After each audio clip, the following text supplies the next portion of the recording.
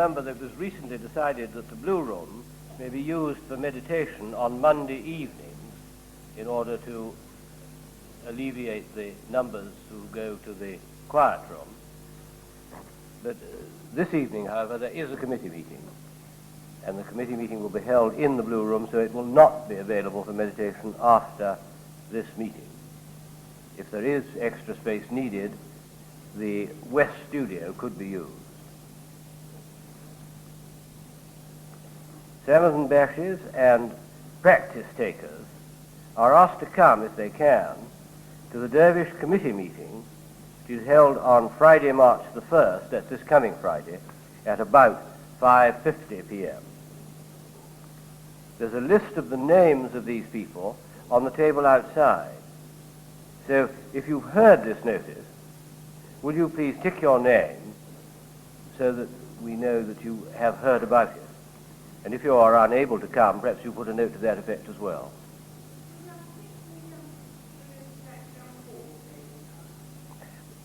On the hall table. Yes. This list that we're talking about is now downstairs on the hall table, not outside here.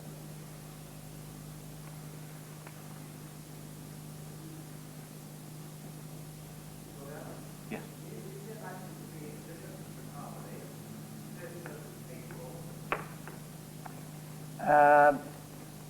Not on the 5th, no. We thought there might possibly be a visitors macabre on the 29th of March. A visitor on the 29th of March, but that's not for sure yet. Because probably the house will close down at the end of that week, and there probably will not be a macabre at all on the 5th. You see, the last Monday meeting is on the 25th of March, and the annual general meeting of the society is on the 28th of March. And we thought it possible that the 29th might be a visitors macabre, but that will be decided this coming Friday. Does that suit you, Mr. Richardson? All right.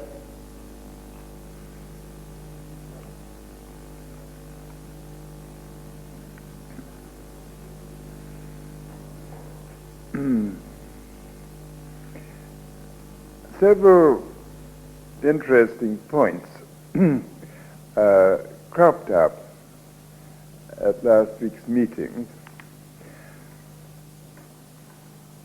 and we hope that we'll get them in the questions we'll read out this afternoon.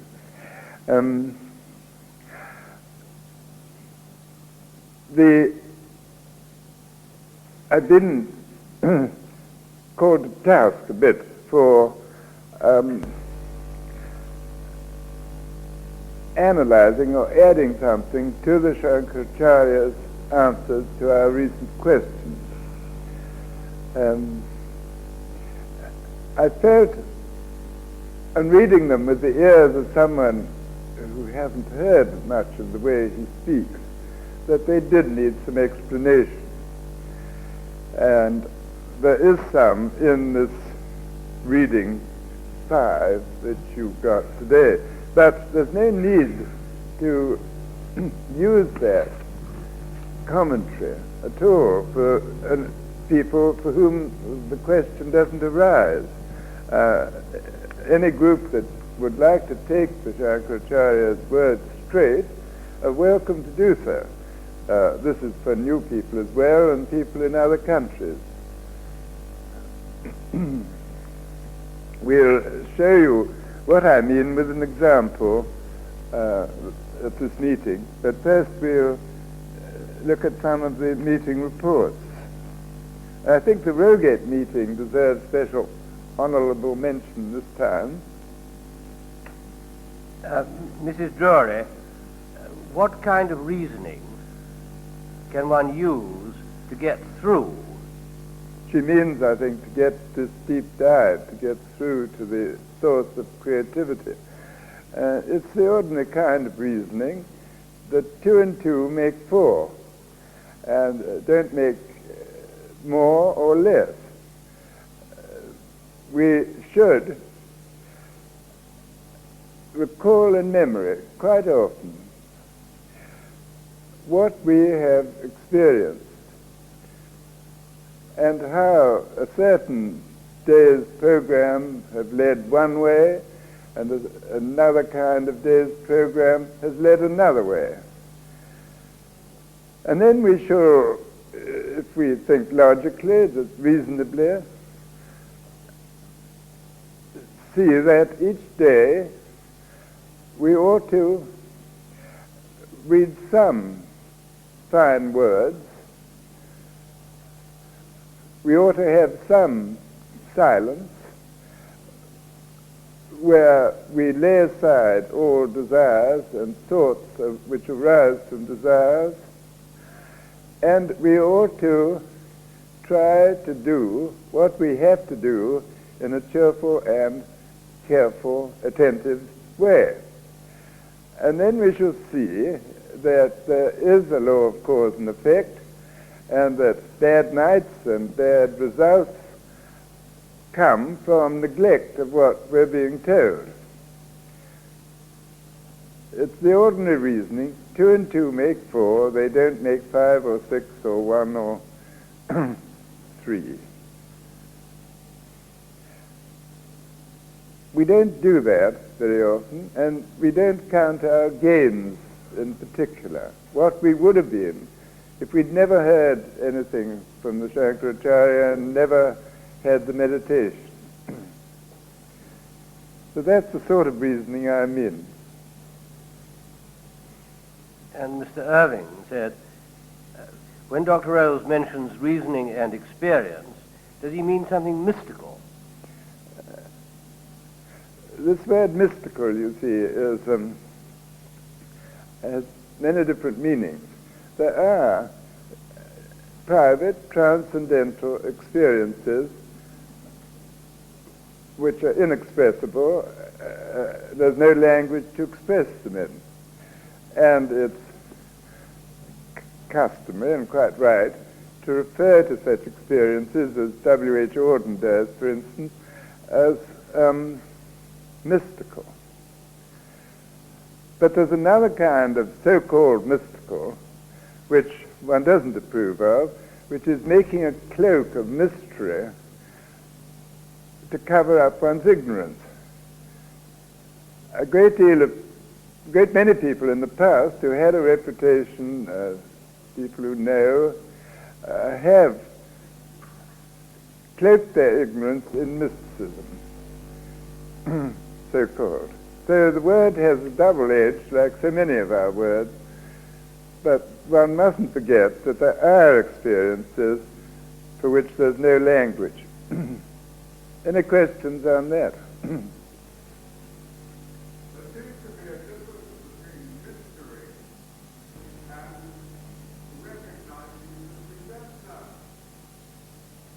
There seems to be a difference between mystery and recognizing that you don't know. Yes, one should freely admit one doesn't know, and then one isn't pretending to make a mystery of something. That's what you mean, isn't it? I think one should recognize and make no effort to disguise the fact that one doesn't know.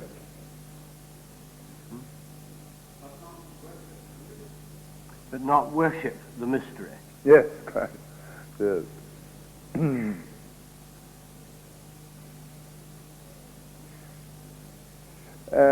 For instance, the Shankaracharya has referred to a lot of mystique and ceremonial prayers and so on in the past as belonging to the past and not belonging to today's world. People in the past had to be carried along by some sort of feeling, whereas today probably knowledge and reasoning appeal more. I think that was all you wanted to know. Yes. Yeah. And then on the Thursday working party, Mr. Beckwith asked what is meant by laws. Now there's, yes, go on. And the Highgate group, Mrs. Costain, said, can you tell us again of the laws from which man could be freed? And there were several other questions on Thursday, too, about laws. Quite a lot of questions about laws, and questions from a professor of engineering in Canada asking about laws, natural laws, and whether they include the laws of physics, gravity, and so on. First of all, the laws of nature, as the Shankaracharya speaks about them, natural laws, I think he means to include the physical world, and for some of those laws we can safely trust to the physicists, though the world of physics changing all the time as fresh knowledge comes to light and old knowledge is forgotten. I think he means us to consider natural laws on three levels: physical, subtle, and causal.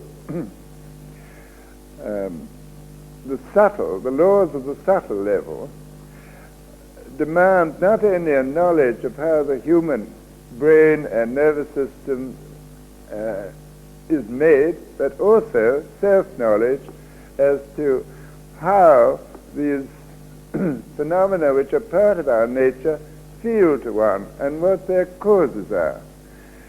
So I've always felt that the main work of this society is to study the natural laws on the subtle and causal levels, one way of putting it. There are many other organizations and societies today trying to study that very field. Then the stress which the Shankaracharya gives to natural laws as contrasted with man-made laws is very important today. The vast majority of people, I think, are not interested in natural laws so much as in man-made laws. And to them, the laws of nature are lit up by accounts of the men who discovered them, and all the man-made aspects.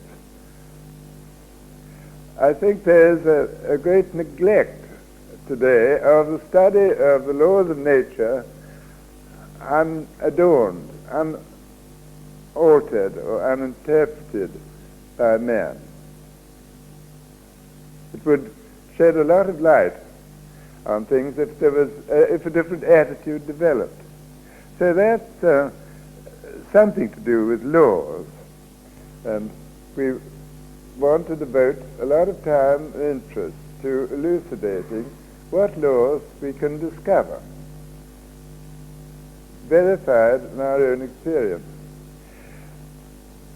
Then the question is, at Highgate, what laws we can escape from, or what was it the other? Yes.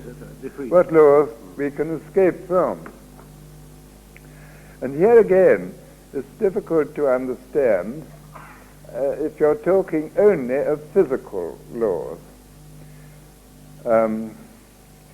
Our system, discussing the solar system from the subtle as well as the physical point of view, points out that though our bodies and all physical bodies in the biosphere are governed by the law of the Earth's gravity and the law of the moon's gravity, the system points out that there's no reason why our psychology should be governed by gravitation at all. And yet it plainly, all too plainly is, in mechanical man.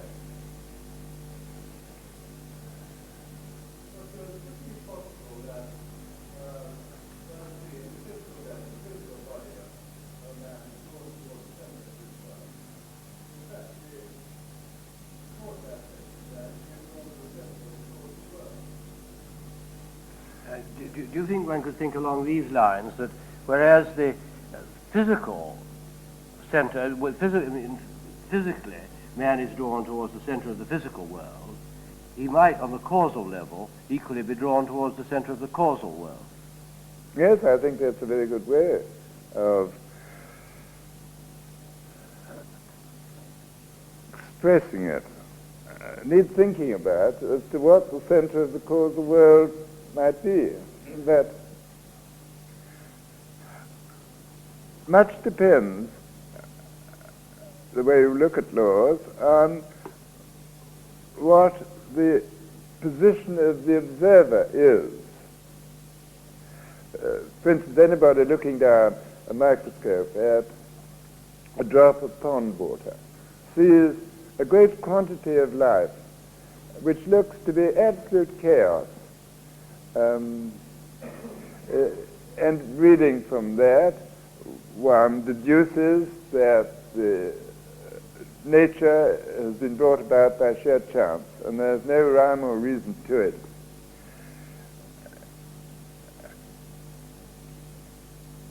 If you have a slightly more comprehensive viewpoint, and if you study the ecology of the different organisms which you have observed in this drop of water, there's order everywhere, and interrelated order of all the different species.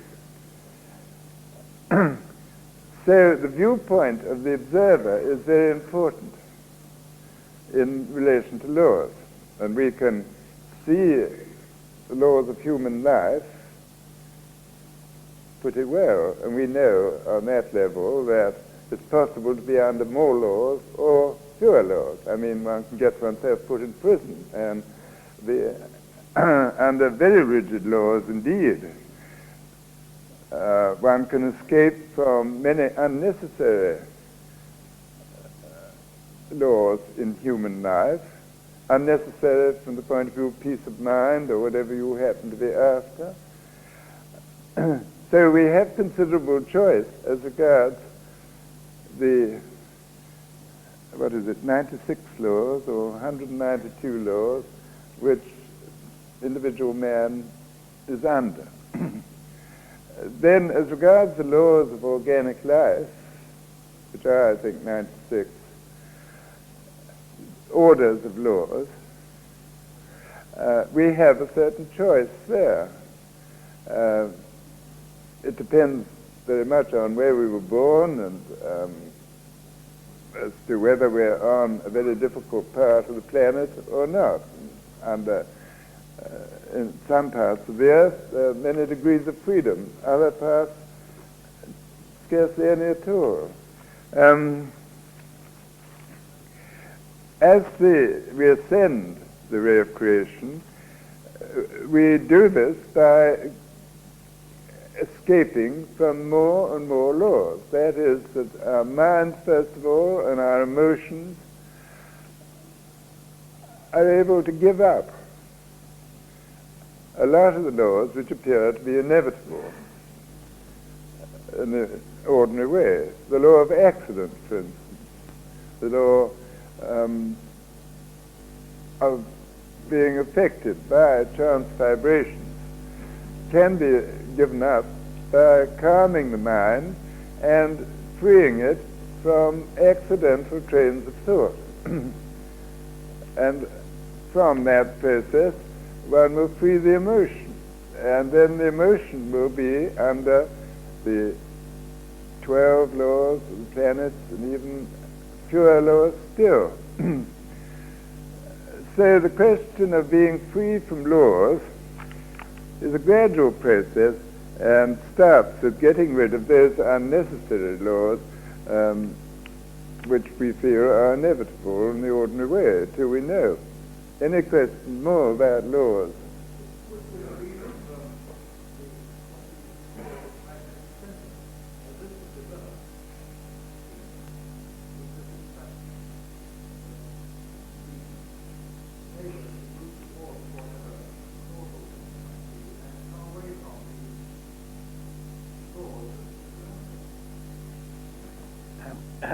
would it be that what we used to call magnetic center, as it develops, we are moving away from these laws towards the center, the causal center, whatever that may be? Yes, I think this is quite right. Magnetic center is in personality and describes a certain orientation which comes from, partly from the way we've been brought up, the opportunities we've had, of distinguishing between those B influences which lead us towards the center and the A influences which are simply feeding and clothing the body and transient passage through the physical world. So you're quite right. First of all, distinguishing between different influences, centripetal or centrifugal, and then developing this magnetic center which can steer us to a school, and the function of that school would be to learn how to escape from unnecessary laws on all three levels.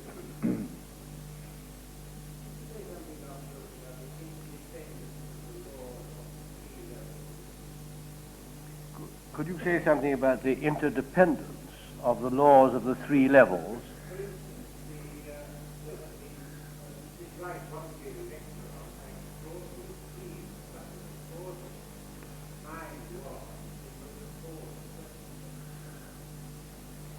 Mr. Crampton recalls that Miss Wright once gave a lecture on how remarkably free the subtle and causal levels are, even in the most appalling circumstances.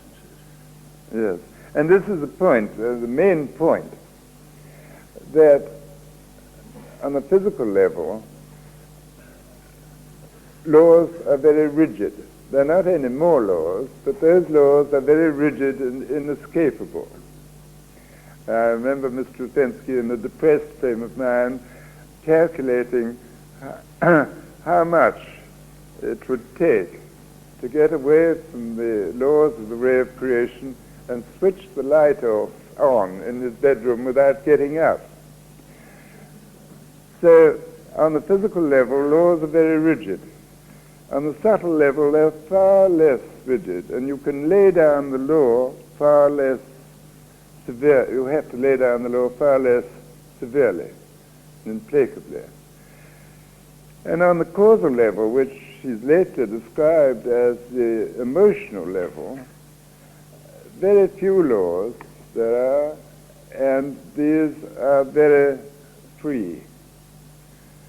So I think this is the first point to go into with regard to the difference between, or the interrelationship between the laws of those three levels. And it would be very good if the groups could get examples about that.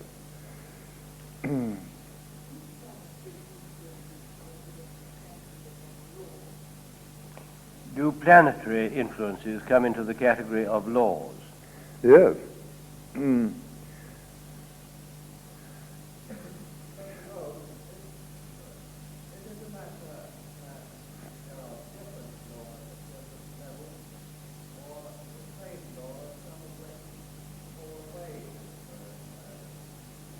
Is it a question that there are different laws at different levels, or is it a question that the same laws, as it were, fall away at different levels? Really, it's a question of variety in the appearance of laws on lower levels. On the higher up, there are 6 possible triads, 6 possible combinations of 3 forces. The world below that, there are 2 varieties of each of those 6, making 12. On the world below that, there are 4 varieties of those. See? So you escape from some of the unnecessary variations before you come back to the fundamental 6 combination of triads. Does that answer your question? Maybe explore an example. It seems that ordinary human life does make demands. That seems to be a matter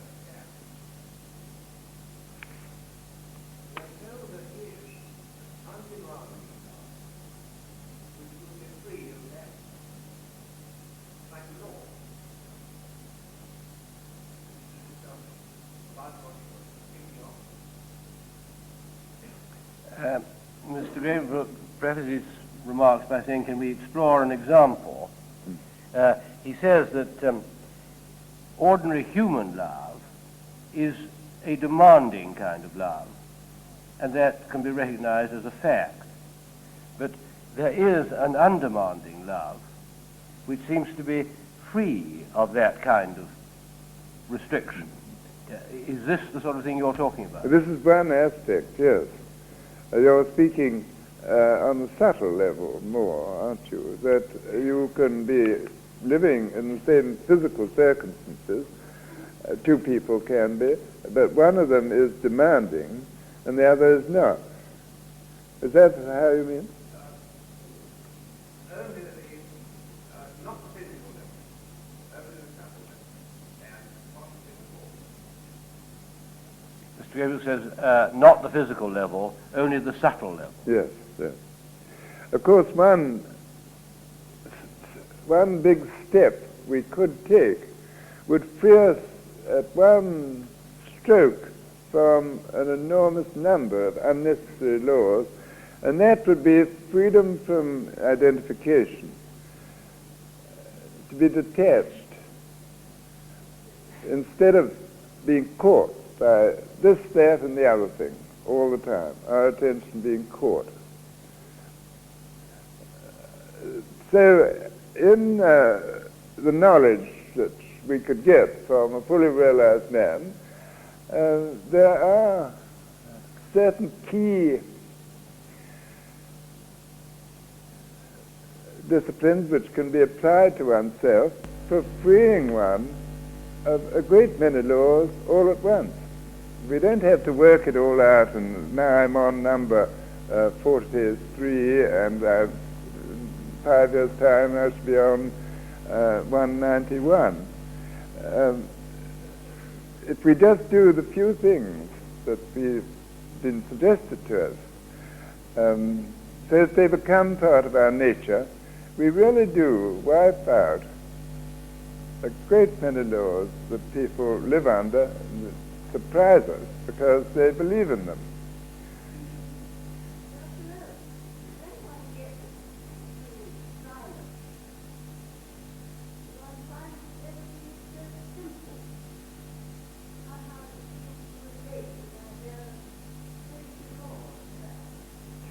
Simplicity is freedom from a large number of laws on the subtle level.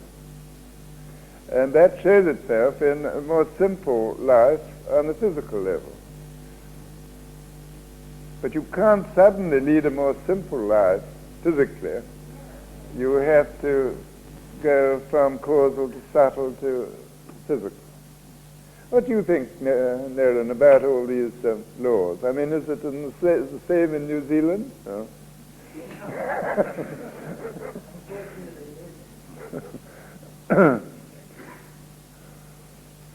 Harry says, unfortunately, yes. Yes. Well, I don't know if it's all that unfortunate. Because parts of New Zealand compare very favorably with London at the present moment. And by the way, about this question, though we are not concerned at all with politics, we have been taught by Mr. Uspensky that this work depends on certain things in the life of the nation where it is being carried on.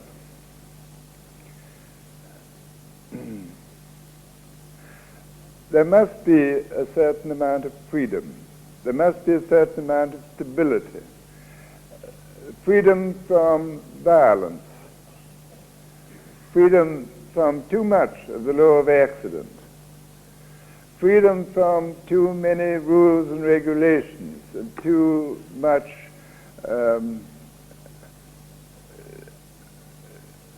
state interference. So I don't think we ought to adopt during this week a lordly attitude that we live on the spiritual level and are not concerned with casting our votes. How we cast our votes, that's the individual affair. I'm not going to discuss that. But I do think that if you value Collis, this work, Mr. Usensky's work, you will give some thought to this matter and cast your vote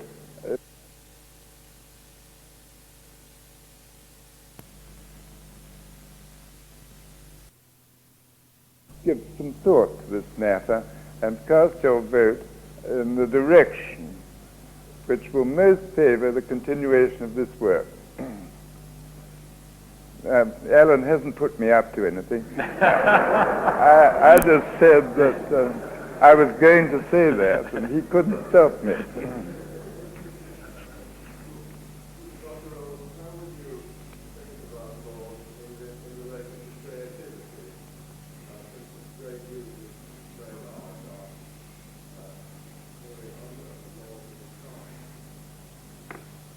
How would you think of laws in relation to creativity?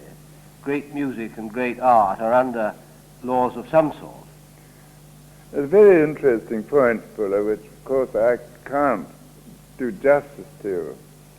You could find out from better people. But there's this curious thing. We demand absolute freedom in all forms of art today, don't we? And yet it wasn't always so. In the past, it's been thought that very severe disciplines in the writing of poetry and in painting were needed in order to call the creative side out of the greatest artists. Isn't that so? Stebbing, Crampton, take an ode of Pindar. It's incredibly subtle and difficult. The rules he imposes on himself. The sculptor Mayol, and I know how he worked, and the laws he operated on were very precise and difficult. So it doesn't necessarily follow that absolute freedom from laws is the right way to increase creativity. Would you agree with that, Fuller?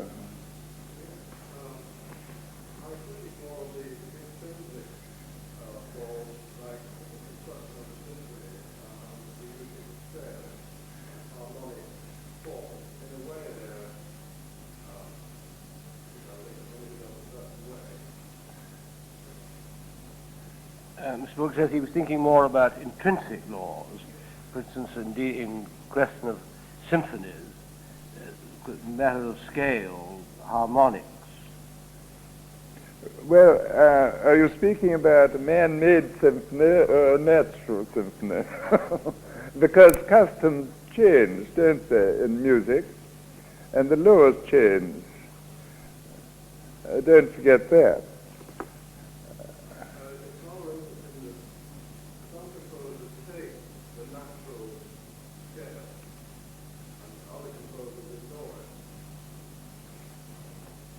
Some composers take the natural scale and others ignore it.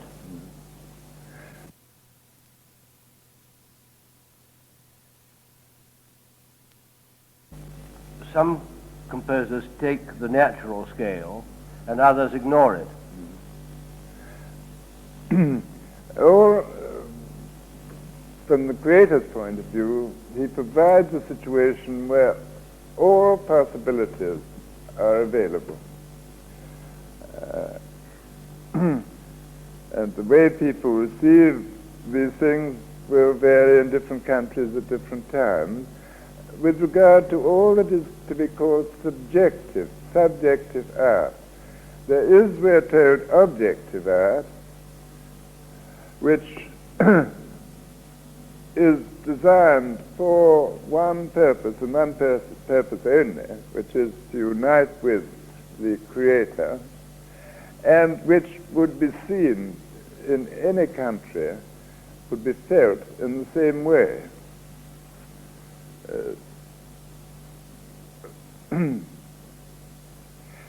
Anyway, that's just a basis for further exploration.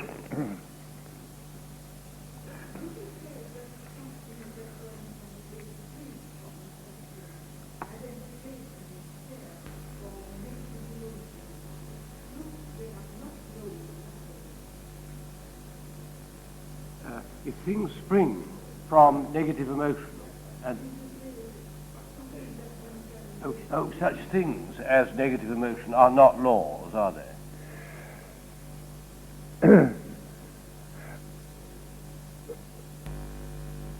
We've been told, and it's also our experience, that the vast majority of negative emotions have no real basis. And there is no center in the human organism for negative emotions.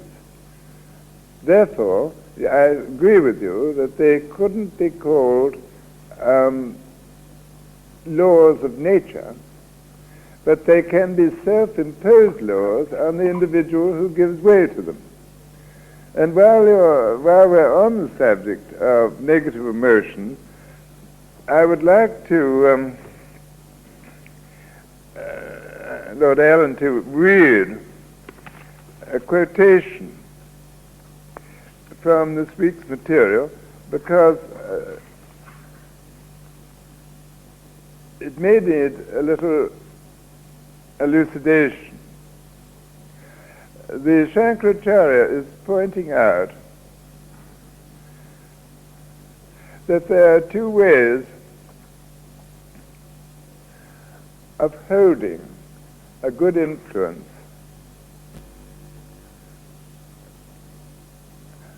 Some special experience that one wants always to remember. One is by the mind, by the thought, by reason. And that means recalling it, reminding oneself about the experience and the taste of it and its content over and over again in order to preserve it in one's memory from the intellectual reasoning point of view. There's a second way of holding it, is to hold it by faith, which is held in the emotional body of the individual. When you've discussed this question of faith during this week's meetings, I'd like to bring it up again at next Monday meeting. We won't go into it now. It's the opposite of blind faith. It's the result of experience, like one has faith that the sun is going to rise tomorrow morning because it's always risen all the other days of one's life till now. Whether one sees it or not, one will have perfect faith that the sun will rise tomorrow. And this is the sort of faith based on experience which can take us more quickly. Now, this loss of experience is part of the general movement of the creation. The creation is all the time in motion, and our minds forget things because it's part of the general movement and the passage of time. And he gives an example from... There is an example from the life of a Mahatma. A particular Mahatma used to say that all movement is poisonous, not useful to the self. And yet there is movement all over the creation. So it has to be held somewhere. Otherwise, the bliss of the ocean will not be experienced and the self will not be manifest. So this movement must be held somewhere. In the mythology of India, Shiva is depicted as holding that poison in his throat. He does not allow it to go to either the outside or the inside body, or it would kill the truth about both the outer and the inner world. So he simply holds it at the threshold of the outer and inner body. He can do this because he's always in samadhi. Now you may, of course, dismiss that and say that's only Shiva and Indian mythology. But in relation to the poison of negative emotions, for instance, it gives a wonderful way of describing what we have to do. You notice that Shiva is depicted as holding the poison in his throat, and the throat is the organ of expression. In other words, he does not allow the negative emotion to express itself vocally, thereby making it worse in the outside world. At the same time, he has to prevent the poison of negative emotions which surround one from entering one's own organism inside and destroying one's own inner world. And it's another way of putting what Mr. Uspensky used to say, that first we must learn to do what is within one's power, namely to stop the expression of negative emotion, and then we should be able to find ways of tackling the negative emotion itself. So don't dismiss that as a bit of ancient Indian mythology. It's really rather telling description.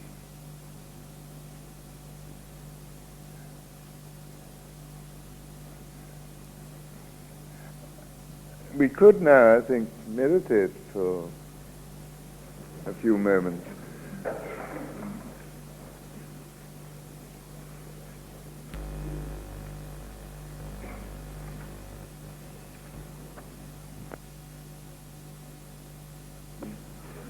Though faith can be prepared for in various ways, yet we mustn't forget that faith is a positive emotion derived from the higher emotional center through the flow of grace in the soul or inner organ. It means that it is unalterable, that a positive emotion can never turn negative. It may be present sometimes and absent at other times, but when it's present, it's always the same.